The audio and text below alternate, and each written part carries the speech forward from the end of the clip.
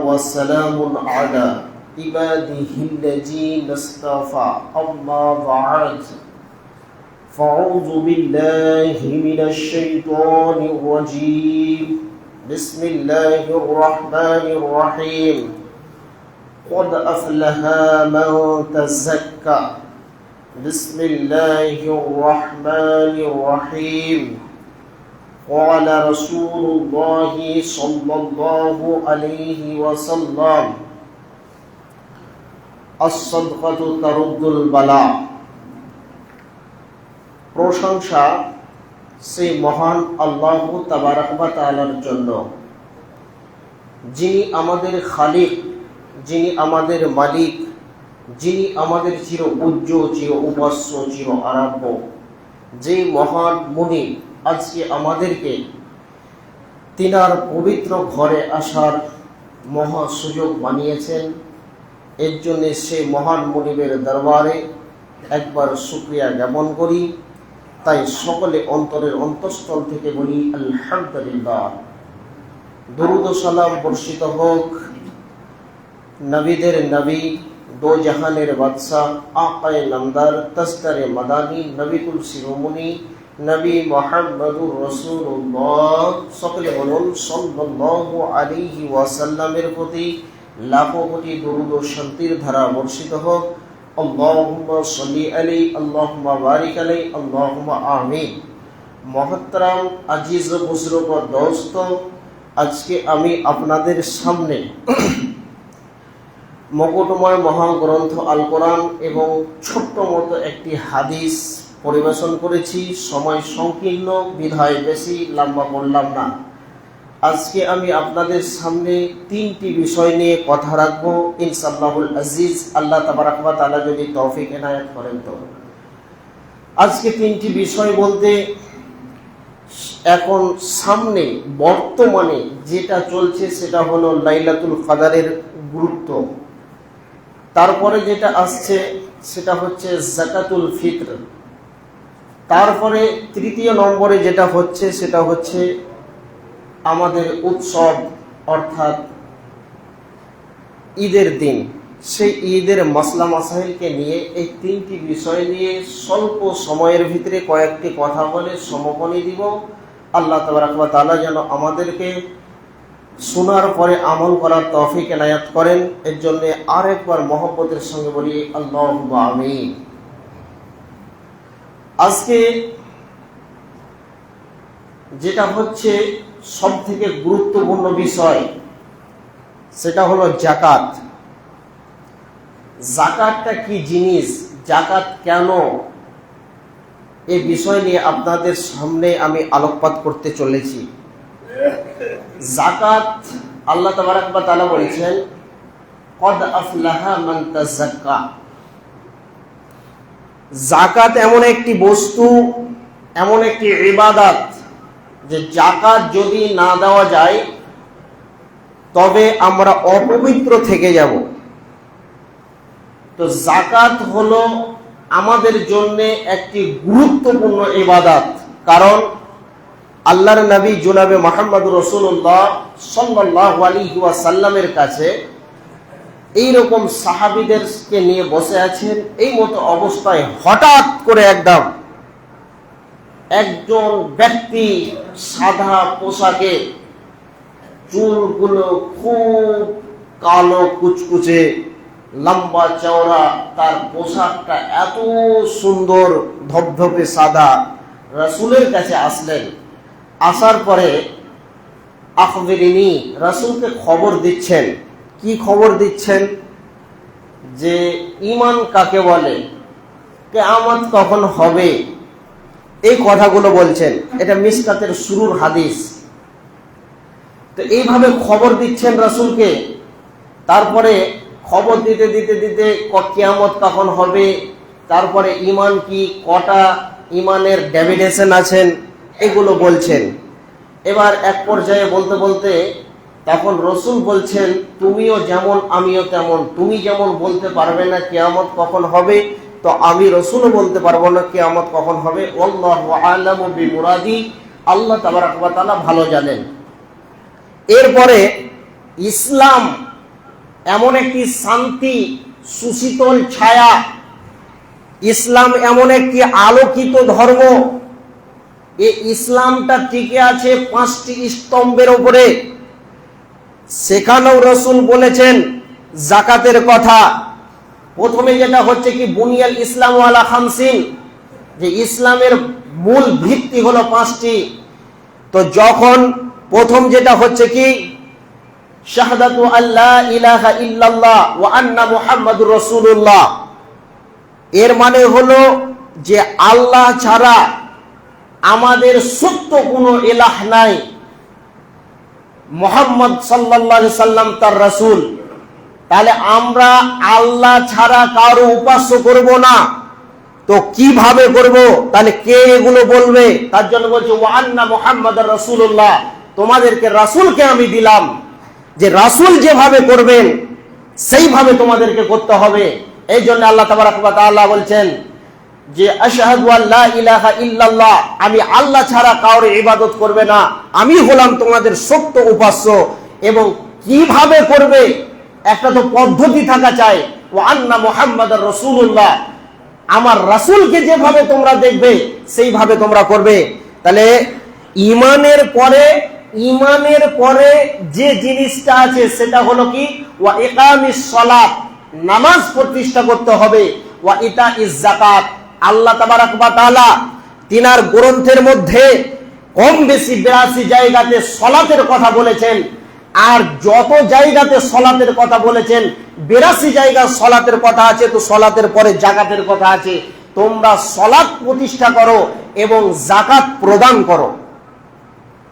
আল্লাহ যেখানে বলেছেন ওয়া ইকামিস সালাত ওয়া ইতাইজ যাকাত, তোমরা সালাত প্রতিষ্ঠা করো, যাকাত প্রদান করো। তাহলে যাকাতের এত গুরুত্ব কেন? এর গুরুত্ব আছে, অনেক গুরুত্ব আছে। কেমন গুরুত্ব আছে?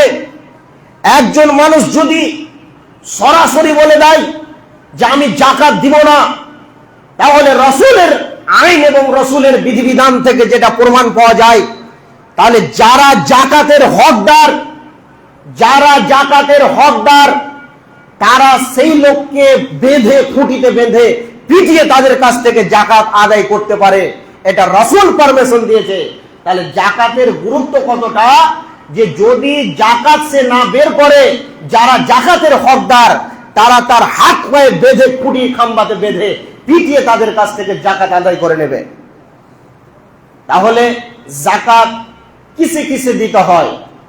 শিক্ষিত সুধী, প্রিয় শ্রোতা মণ্ডলী, যদি কোনো মানুষ উট পালন করে, বাড়িতে উট পোষে, 25টি যদি তার বাড়িতে উট থাকে, তাহলে একটি উট তাকে যাকাত দিতে হবে।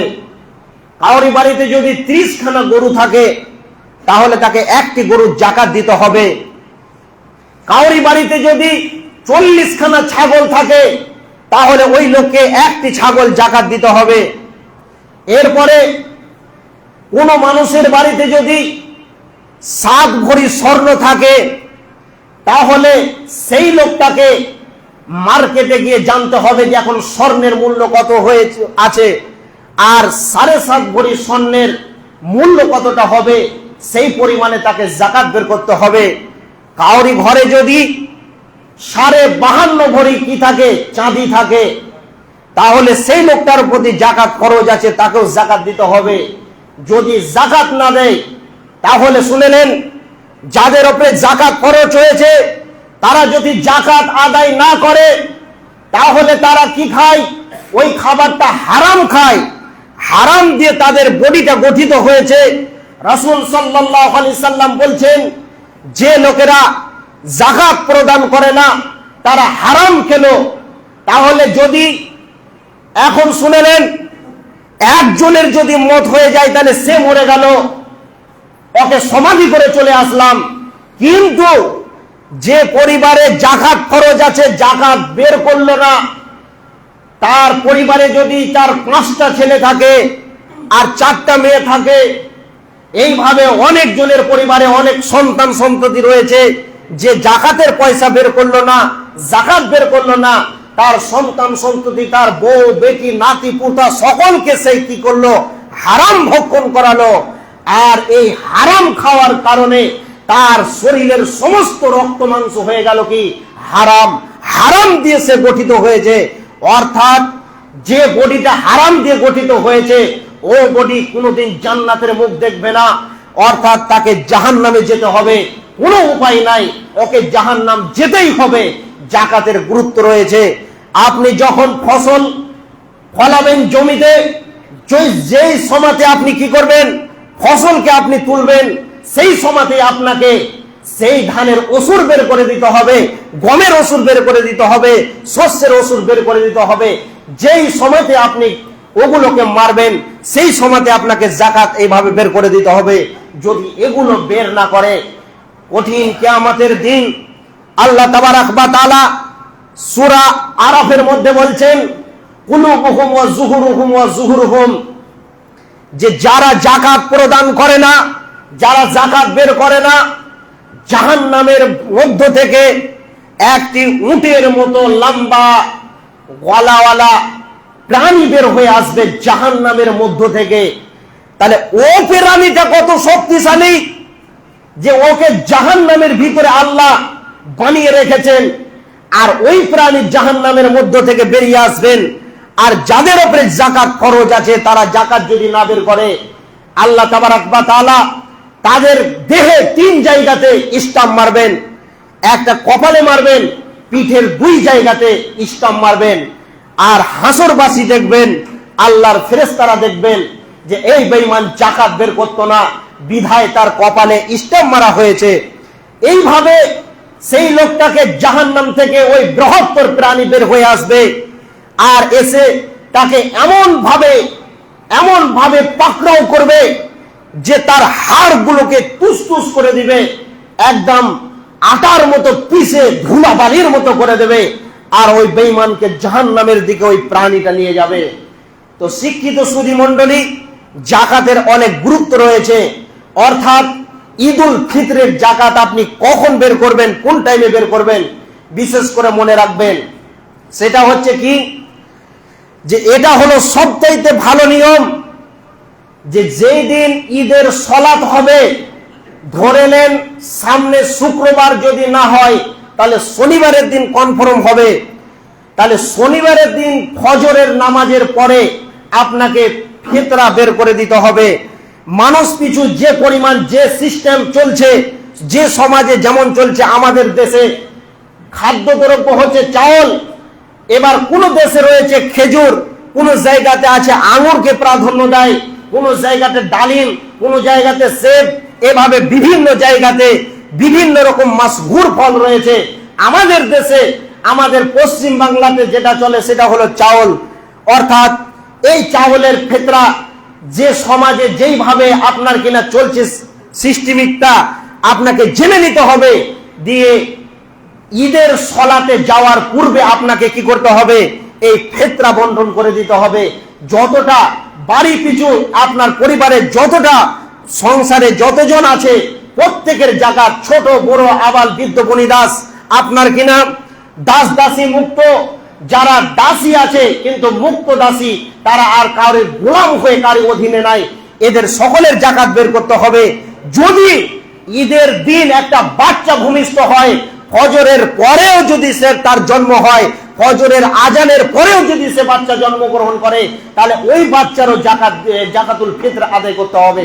অতএব তার থেকে সমাজ বড়, তাহলে আমাদেরকে ভাবতে হবে সমাজ বড়, এত বড় সমাজে ফিতরা বন্টন করাটা সম্ভব নয়। তাহলে আপনাকে কি করতে হবে, একদিন কিংবা 2 দিন আগে বের করে দিতে হবে। এটা জায়েজ করেছেন বড় বড় ওলামা ইকরামগণ। অতএব এইভাবে জাকাতের কথা আছে। যদি জাকাতের গুরুত্ব সম্বন্ধে আপনাদেরকে বললাম, আল্লাহ তাবারাক ওয়া তাআলা যেন আমাদের জাকাতকে আদায় করার তৌফিক দান করেন, সকলে বলেন আল্লাহুম্মা আমিন। তাহলে আল্লাহ তাবারাক ওয়া তাআলা জাকাতের এত গুরুত্ব দিলেন কেন? শিক্ষিত সুধী মণ্ডলী, এই যে কথা বলছি, আমার শরীরে যতক্ষণ পাওয়ার আছে, পাওয়ারটা কোথা থেকে হচ্ছে? খাবার খেয়েছি বিধায় চলছে। যদি আমি 3 দিন অনাহারে থাকি তাহলে এভাবে আর কথা বলতে পারবো না। তবে পৃথিবীর বুকে এমনও গরিব আছে এখন পর্যন্ত তাদের চুলায় হাঁড়ি চড়ে না। এখনো এমনও পরিবার আছে, বিধবা সন্তান সন্ততি আছে, বৃদ্ধা বাপ মাকে দেখতে পারে না, তারা অনাহারে দিন কাটায়। স্টেশন আর পৃথিবীর অনেক রকম জায়গাতে বৃদ্ধাশ্রম গিয়ে তারা জীবন কাটাচ্ছে। বিশেষ করে দেখতে পাবেন যখন স্টেশনে যাবেন মাগরিবের পরে, তখন ওই জায়গাগুলোতে দেখতে পাবেন অনেক অসহায় বৃদ্ধা মহিলাগুলো সেই স্টেশনে রাত কাটাচ্ছে। যদি তাদের কাছে একটু সময় দেন, তাদেরকে যদি জিজ্ঞাসা করেন আপনি কেন এই জায়গাতে এসেছেন, বলবে আমার পৃথিবীর বুকে কেউ নাই, বিধায় আমি ভিক্ষা করে খাই, স্টেশনে এসে রাত কাটাই। তাহলে এই মানুষগুলো যদি তাদের পেটে দানা থাকে, এরা যদি খেয়ে শক্তিশালী থাকে, তাহলে তাদের সালাত আদায় করতে কোনো টেনশন হবে না। আর এই মানুষগুলো যদি তাদের শরীরে যদি শক্তি বল না থাকে, খাবার না জুটাতে পারে, আর খাবার না জুটাতে পারলে কি করে খেতে পাবে, তাহলে তাদেরকে খাবার সংগ্রহের জন্য অনেক জায়গাতে যেতে হয়। আর যাদের কাছে জাকাতের পয়সা আছে তারা তো আবার বের করে না, তাহলে তারা কি করে, তারা ওই রকম মিসকিন ফকির এতিম বিধবার মেরে মেরে খায়। অর্থাৎ এরা হলো একজন পাপিষ্ঠ, অর্থাৎ এরা জাকাতের টাকা খায় না, বরং ওরা কি করছে, এগুলোকে জাহান্নামের আগুনকে ভক্ষণ করছে। এরা জাহান্নামের আগুন ভক্ষণ করছে, কারণ ওদের হককে মেরে খাচ্ছে। আর একজন মুসাফির, একজন সাইল, একজন ভিক্ষুক, একজন অনাথী, এইরকম মানুষের যারা মেরে খায়, তাদের ব্যাপারে তাদেরকে জিজ্ঞাসিত করা হবে যে কেন খেয়েছিলে বলো। আর বড় বড় ওলামা ইকরামরা বলেছেন যে তারা যাকাত যারা বের করে না তারা বমি খায়। এখন যদি আমার ললিতে হাত ভরে দিই, তাহলে ভিতরে যা খেয়েছি তা উঠে চলে আসবে। তো যখন তাদের উপরে যাকাত ফরজ হলো, তারা যদি সেটাকে না দিয়ে দেয়, তাহলে কি করলো, সে আবার ভক্ষণ করে নিল। তো আমার জিটা খারাপ করছে, আমি অনেক অসুস্থ হয়েছি, মনে হচ্ছে এবার বমি হয়ে যাবে, কিন্তু আমি তখন কি করলাম, এইভাবে মুড়িটা চেনে নিলাম যেন না আর বেরিয়ে পড়ে। তো আমি কি করলাম, ওটা বের হয়ে যাওয়ার কথা ছিল, বাইরে বের হয়ে যাওয়ার কথা ছিল, কিন্তু আমি জোরপূর্বক ভরে নিলাম ভিতরে, তাহলে আমার বমি খাওয়া হলো। অর্থাৎ যেই লোকেরা যাদের উপরে জাকাত ফরজ হয়েছে তারা যদি জাকাত না বের করে, তাহলে জেনে নিতে হবে যে ওই লোকেরা বমিও খেলো। তাহলে শিক্ষিত সুধী মণ্ডলী, জাকাতের অনেক গুরুত্ব আছে। জাকাত এমন একটি ইবাদত, যাদের উপরে জাকাত ফরজ আছে তারা যদি জাকাত বের করে, তাদের জন্য আল্লাহ তাবারাক ওয়া তাআলা জান্নাতের ভিতরে উচ্চ মাকাম দেবেন। যারা বের করবে না তাদের জন্য জাহান্নামের নিকৃষ্ট একটি ঘর আছে। তাহলে জাকাতের গুরুত্ব আমরা বুঝতে পারলাম। তা আল্লাহ তাবারাক ওয়া তাআলা আমাদেরকে বললেন, কদ আফলাহা মান তাযাক্কা, যে তোমরা যদি পবিত্র হবে তবে তোমরা কি করো, জাকাত প্রদান করো। আর যদি অপবিত্র থাকবে তাহলে আপনার কিনা জাহান্নাম যেতে হবে, কিছু করার নাই। অতএব আমাদেরকে জাকাত বের করতে হবে। এবার আসেন লাইলাতুল কদর, দ্বিতীয় নম্বর যেটা বিষয়, লাইলাতুল কদরের যে গুরুত্ব, এই রাত্রির গুরুত্বের কথা বলেছি, আবারও রিপিট করছি একবার। সেটা হচ্ছে কি, যে এই রাতের এত বড় আল্লাহ তাবারাক ওয়া তাআলা ফজিলত দিয়েছেন। কিসের জন্য দিয়েছেন? পাপিষ্ঠ বান্দাকে ক্ষমা করার জন্য দিয়েছেন। সেই রাত্রিতে আপনার কিনা ভাগ্য নির্ধারণ করা হয়।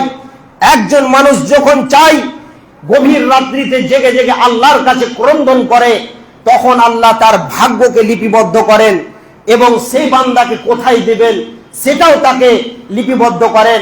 আর সমস্ত ফেরেশতাকুল, তানাজ্জালুল মালাইকা, এখানে বহু বচন শব্দ ব্যবহার করছেন, মানে মালাইকা, সমস্ত ফেরেশতাকুল আসমান থেকে নেমে আসেন। আর এই রকম মুমিন মুত্তাকি বান্দা যারা আল্লাহর কাছে ইবাদতরত অবস্থায় থাকে, তাদেরকে তিনি কি করেন দেখেন, আর তাদের জন্য বরকতের দোয়া করেন ফেরেশতাকুল। অতএব এই রকম ধরনের আমাদের সৌভাগ্য, আমাদের কাছে একটি গুরুত্বপূর্ণ রাত আজকে আমরা হেলায় কাটিয়ে দিচ্ছি। আজকে আমরা সেইটাকে হেলায় কাটিয়ে দিচ্ছি। আজকে শিক্ষিত সুধী মণ্ডলী, যদি বলছি এখন সম্ভব্য দিয়ে বলছি কমে গেছে। যখন যাত্রা গান হতো তখন গোটা বাগান নিয়ে এই যে 4-5 গ্রামের লোক আছে, মুসলমানের ছেলেদের জন্য ভিড়ে জায়গা দেওয়া যেত না। এখন পর্যন্ত ঈদের দিনে অনেক কুলাঙ্গারের সন্তানরা কোথায় যায়? ঈদের দিনে কি করে? সিনেমার টিকিট কেটে এখনো সিনেমা দেখতে যায়। 15 দিন আগে থেকে টিকিট বুকিং হয়েছে। আর এরা কত বড় নর হায়ানা, এগুলো পিতামাতা কত বড় জঘন্য অপরাধী যে এদের যৌবন, এদের জুয়ান লড়কা লড়কিকে ছেড়ে দিচ্ছে, বাপের কোনো খবর নাই। একজন যুবতী মহিলা বলছে, আব্বা আমি মালদা যাবো ওয়াটার পার্কে। একবারও বলছে না যে কার সাথে যাবি, ছেড়ে দিয়েছে গরু ছাগলের মতন। কিয়ামতের আলামত বিশ্বনবী বলছেন, ওয়া খাতরাতুজ জিনা, পৃথিবীর বুকে জেনাটা এমন ভাবে প্রকাশ পাবে, গাধা গরু যেইভাবে তাদের কোনো সম্পর্কের প্রয়োজন নাই, যে যাকে জন্ম দিল তার মায়ের উপরে আবার সে হামলা করে, সেই রকম আজকে সমাজের মানুষের বিবেকটা শুকুরের মগজের মতন হয়ে যাবে, নিকৃষ্ট হয়ে যাবে, শুকুর কুকুরের মতো বেরেন। এরা হবে পশু প্রাণীর মতন। এরা কোনো শাসন করবে না, সমাজকে শাসন করবে না, নিজের সন্তান সন্ততিকে তারা ছেড়ে দিবে, যে যেখানে পারবে লুটে খাগা। আর বর্তমানে দেখবেন কিছু কিছু কুলাঙ্গার হিজড়ে আছে, হিজড়ে দাড়ি মোচ সবকে চেঁচে দিয়েছে, আর বাইক কিনেছে, বুঝতে পারলেন, বাইকের পাছাটা এরকম চারা, আর বউকে একবারে এমন করে ঠোঁট পালিশ আর গাল পালিশ, আর 5টা ছেলের মা আবার 3 পিস কিনে এমন ভাবে নিয়ে যাচ্ছে, সারা পৃথিবীর পুরুষকে দেখাচ্ছে, মানে ও হিজড়া, আর বউকেও কন্ট্রোল করতে পারে না। তার জন্য লোকের বউ সন্তানটাকে দেখাচ্ছে, দেখ আমার বউকে, আমি পারি না রে, তোরাকে ভাগ দুয়াই। তাহলে এর মতো জঘন্য আর কে হতে পারে? আজকে আমরা কত বড় ইমানদার, পাছায় যদি 2টা লাঠি পড়ে তখন বলবো বাপ রে বাঁচাও বাপ, একবার আল্লাহ মুখ থেকে বের হবে না। শিক্ষিত সুধী মন্ডলী, ফারুক আজম উমর ফারুক রাদিয়াল্লাহু তাআলা আনহু, বিশ্ব নবী যখন সাবে মিরাজ থেকে আসছেন, হযরত উমরকে এসে বলছেন, উমর জান্নাতের মধ্যে তোমার জন্য একটি মাকাম দেখলাম, এত উচ্চত মানের জান্নাতে একটি রুম বানানো আছে, উমর তুমি কি এমন আমল করো? বিশ্ব নবী তার শিষ্যকে বলছেন, উমর তুমি কি আমল করো? তো উমরের কয়েকটি আমল ছিল, তার মধ্যে ছিল ইন্নামা ইয়ামুরুকুম বিল আদলি ওয়াল ইহসান, তার ভিতরে ছিল ন্যায়পরায়ণতা। এরপরে এত তার ন্যায়পরায়ণতাকে আল্লাহ পছন্দ করেছেন যে তার জন্য জান্নাতে উচ্চ মাকামে একটি ঘর তৈরি করেছেন। এই রকম জালিল কাদার একজন সাহাবী, দেশের প্রতিনিধি, তাদের জন্য জান্নাত ওয়াজিব হয়েছেন। আশারায়ে মুবাশশারার ভিতরে যে 10 জনকে জান্নাতি করেছেন তার মধ্যে উমর একজন। এই রকম একজন জালিল কাদার সাহাবী, রাসূল সাল্লাল্লাহু আলাইহি সাল্লাম যখন এত বড় সুসংবাদ দিলেন, তারপরও ঈদের সালাতের পর সাহাবীরা একে অপরের সঙ্গে সাক্ষাৎ করছেন আর মুসাফা করছেন, মহব্বতের কথাবার্তা আদান প্রদান চলছে। আজকে দিন ছুটি, আজকে উৎসবের দিন, আমরা আজকে আনন্দ করব না তো কবে করব? উমরকে খুঁজছেন, পাওয়া যাচ্ছে না, আমিরুল মুমিনিনকে দেখতে পাচ্ছেন না। তখন একজন সাহাবী মসজিদে নববীতে গেলেন, মসজিদে নববীতে গিয়ে দেখছেন যে কোথায় আমিরুল মুমিনিন ঈদের সালাতের পরে এসে মসজিদে 2 হাত তুলে দিয়ে অঝর নয়নে কাঁদছেন। উমরের অস্ত্র সিক্ত আঁখি, দাড়িগুলো ভিজে যাচ্ছে, এইভাবে এত জোর চিৎকার করে করে কাঁদছেন। সাহাবীরা বলছেন, আমিরুল মুমিনিন খলিফাতুল মুসলিমিন, আপনি আমাদের প্রতিনিধি, আজকে খুশির দিন, আজকে আনন্দের দিন, হতে আজকের দিনে আপনি কেন এভাবে কান্না করছেন? তখন বলছে, ভাই তোমরা যে 30টি রোজা রেখেছিলে, আল্লাহ তোমাদের রোজাকে কবুল করেছে, তোমাদের সিয়ামকে আল্লাহ কবুল করেছেন, কিন্তু এ হতভাগার 30টি সিয়াম আল্লাহ কবুল করেছে কিনা এই জন্য আমি এসে কাঁদছি। আজকে শিক্ষিত সুধী মণ্ডলী, আমাদের নামাজ নাই, আজকে রোজা রাখছি, নামাজ নাই। এ এক মুশরিক রোজা রেখেছে, নামাজ পড়ে না, আর ইবাদত কোনো কাজে দেবে? আল্লাহর নবী বলছেন, আউয়ালু মা ইউহাসাবু বিহি আবদি ইয়াউমাল কিয়ামা, বান্দা তোমার কিয়ামতের ময়দানে সর্বপ্রথম যেটার হিসাব হবে সেটা হবে as-সালাত। তোমার সালাত নামে ইবাদতটা যদি সঠিক থাকে তাহলে তোমার সব কিছু ঠিক আছে। যদি সালাতে যদি তোমার ব্যাঘাত থাকে, সালাতে যদি ত্রুটি থাকে, তাহলে তুমি জেনে নাও তোমার বাকি জীবনের সব জায়গাতে ত্রুটি থাকবে। অর্থাৎ সালাত কাকে বলে? 24 ঘন্টার দিনকে আল্লাহর হুকুম রসুলের তরিকায় অনুশীলনের নাম হলো সালাত। অতএব আমরা এতটুকু করতে পারি না। আজকে রোজাও রেখেছি, মুখের ভাষা খারাপও করে গালি দিচ্ছি। রোজাও রেখেছি, আবার চুগলামি ছাড়তে পারি না। রোজা রেখেছি, এখন পর্যন্ত জবানকে সামলাতে পারলাম না। রোজা রেখেছি, এখন পর্যন্ত দাড়ি কাটা বন্ধ করতে পারলাম না। রোজা রেখেছি, এখন পর্যন্ত কি করতে পারলাম না? বেঈমানি করা ছাড়তে পারলাম না, জমির আইল দাবা ছাড়তে পারলাম না। তাহলে এই লোকগুলো হচ্ছে হাদিসের পাতাতে যেভাবে কথা আছে যে একটা হলো সিয়াম আর একটা হলো রোজা। তো রোজা মানে হচ্ছে উপোস থাকা, যেমন বেঈমান মুশরিক কাফের আমানেরা রাখে সেই রকম এরা মুশরিক কাফেরের মতন। আর যারা সিয়াম পালন করে তাদের জবানও সামালবে, তাদের হাত পা, তাদের কৃষ্টি কালচার, তাদের চলাফেরাতে কেউ আঘাত পাবে না। তবে এই লোকটি হলো কামিয়াব। বাদ বাকি যে কোনোদিন সেফটিং হতে পারলো না, সে জানতে হবে মুশরিক মুনাফিকের মতন। তাহলে ওর দ্বারাতে এগুলো কোনো কাজে আসবে না। এবার আসেন ঈদের সালাত। আপনাদের যেটা নির্ধারিত টাইম হয়েছে সেটা হলো 7:30টার সময়। ঈদের কিছু মাসলা মাসাইল, একটা হলো ঈদুল ফিত্র আর একটা হতে ঈদুল আজহা।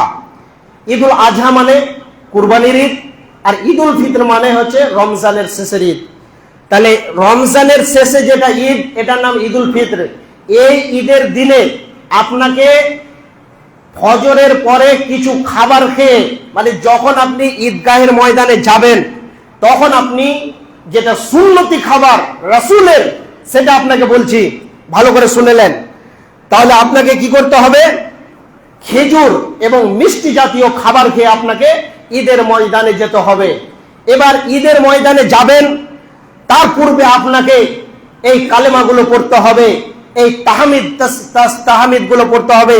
আল্লাহু আকবার, আল্লাহু আকবার, লা ইলাহা ইল্লাল্লাহ, আল্লাহু আকবার, আল্লাহু আকবার, ওয়ালিল্লাহিল হামদ, আল্লাহু আকবার, আল্লাহু আকবার, লা ইলাহা ইল্লাল্লাহ, আল্লাহু আকবার, আল্লাহু আকবার, ওয়ালিল্লাহিল হামদ। আপনি এক রাস্তা দিয়ে যাবেন, এটা রাসূলের কথা, এটা রাসূলের পদ্ধতি। তিনি বলছেন এক রাস্তা দিয়ে যাবে, তাসবিহ তাহলিল মুখ থেকে একবার কামাই হবে না। আজকে ঈদের সালাত পড়তে যেতে যেতে বলছেন পাঞ্জাবিটা খুব বড়, তখন বলছে এগুলো সব হারামের টাকার, ওখানেও গিবত চালু হয়ে গেল। তো আপনাকে বলছি যেটা কে কি বলছে, কে কি করছে, ওটা আপনাকে আল্লাহ দায়িত্ব দেয়নি, ওটা আল্লাহ আপনাকে দায়িত্ব দেয়নি। ওয়াল মালাইকা, তিনি কত বড় ফেরেশতাকে রেখেছেন এই মানুষকে সাইজ করার জন্য। আপনার জানা আছে বাইতুল মামুর, যেখানে 70,000 ফেরেশতা একসঙ্গে সালাত আদায় করে, শুধুমাত্র ওই জায়গাটাতে 2 রাকাত করে সালাত পড়ে আর তারা বেরিয়ে যায়। একদল পড়লো ফের বেরিয়ে গেল, একদল পড়লো বেরিয়ে গেল। এইভাবে কিয়ামত পর্যন্ত 70,000 ফেরেশতা এক জায়গাতে সালাত আদায় করছেন, কিয়ামত পর্যন্ত পড়বে। কিন্তু প্রত্যেকটা ফেরেশতার কপালে ওখানে নামাজ পড়া জুটবে না। তাহলে প্রতিটা সেকেন্ডে চলতে আছে ফেরেশতাদের এই 2 রাকাত সালাত আদায় করা। তাহলে কত আছে আপনি শিখে বুঝলেন এবার। তাহলে আপনাকে কে কি করছে ওটার দায়িত্ব আপনাকে দেয়নি, আপনাকে দায়িত্ব দিয়েছে আপনি কেমন আছেন এটার দিকে দেখেন, আপনি কেমন আছেন ওটার দিকে আপনি দেখেন। আপনাকে কাউকে দেখতে হবে না, আপনাকে দেখার দায়িত্ব দেননি আল্লাহ। আল্লাহ রেখেছেন ওয়াল মালাইকা, ফেরেশতাদেরকে।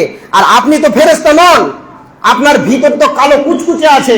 তাহলে আপনি নিজে ঠিক হন, আপনাকে কাউকে দেখতে হবে না কে কি করছে। তো শিক্ষিত সুধী মণ্ডলী, ঈদের দিনে আমরা মিসওয়াক করব সুন্দর করে, এবং ভালো সবথেকে যেটা উন্নত মানের জামা, যে পোশাকটা আছে, ভালো সুগন্ধি মেখে আমরা ঈদের ময়দানে যাব। এগুলো সবকিছু হচ্ছে সুন্নত, অনেক সুন্নত আছে। আপনি গোসল করবেন আর এই তাসবিহগুলো পড়তে পড়তে যাবেন, এক রাস্তা দিয়ে যাবেন, অপর রাস্তা দিয়ে আসবেন। বিশেষ করে আমি কাগজটা আনতে ভুলে গেলাম, তবে একটা জিনিস মনে আছে, 1,47,000 টাকা আপনাদের ঈদগাহের ময়দানের এখন যেটাকে বলা হয় বাকি ঘাটতি, যা বলবেন বলেন, এটা খরচা হয়ে আছে। এই ঘাটতিটা পূরণ করতে হবে। অর্থাৎ অনেক রকম বাউন্ডারি এটা ওটা কাজ করেছে, কিছু টাকা ছিল, ওই টাকা খরচা করার পরে এখন ঘাটতি আছে 1,47,000 টাকা মতন। অতএব বিশেষ করে আপনারা আপনাদের ঈদগাহের ময়দানে সেইভাবে দান খায়রাত করবেন যেন এই ঘাটতিটা যেন আর না থাকে, পূরণ হয়ে যায়। এই কথাটাই হলো আমার শেষ। আর 7:30টার সময়তে ঈদের জামাত চালু হয়ে যাবে। সেই সময়ের পূর্বে আপনি আপনার পূর্ব পরিস্থিতি নিয়ে ওখানে পৌঁছে যাবেন এবং সুস্থভাবে আল্লাহ যেন আমাদেরকে এই যে সামনে আরো মনে হয় আরো 3টি রাত আছে, এই রাতগুলোর মূল্য দিতে শিখেন ভাই, শিক্ষিত সুধী মণ্ডলী। কারণ যে আর জীবনে তকদিরে পাবেন না। একটি কথা বারবার মনে আসে, আমরা শুধুমাত্র একটা জিনিস কল্পনা করি, আমি ফাঁকা টাইম পাবো, ফাঁকা টাইম পাবো এবং আমি তো সুস্থই আছি, কিন্তু এটা থাকবেন না ভাই।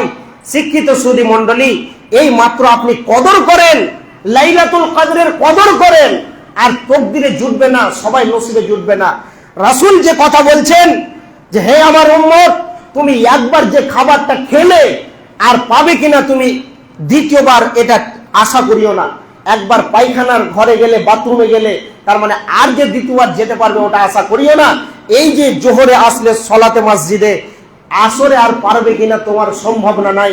অতএব সময়ের মূল্য দিতে শিখেন।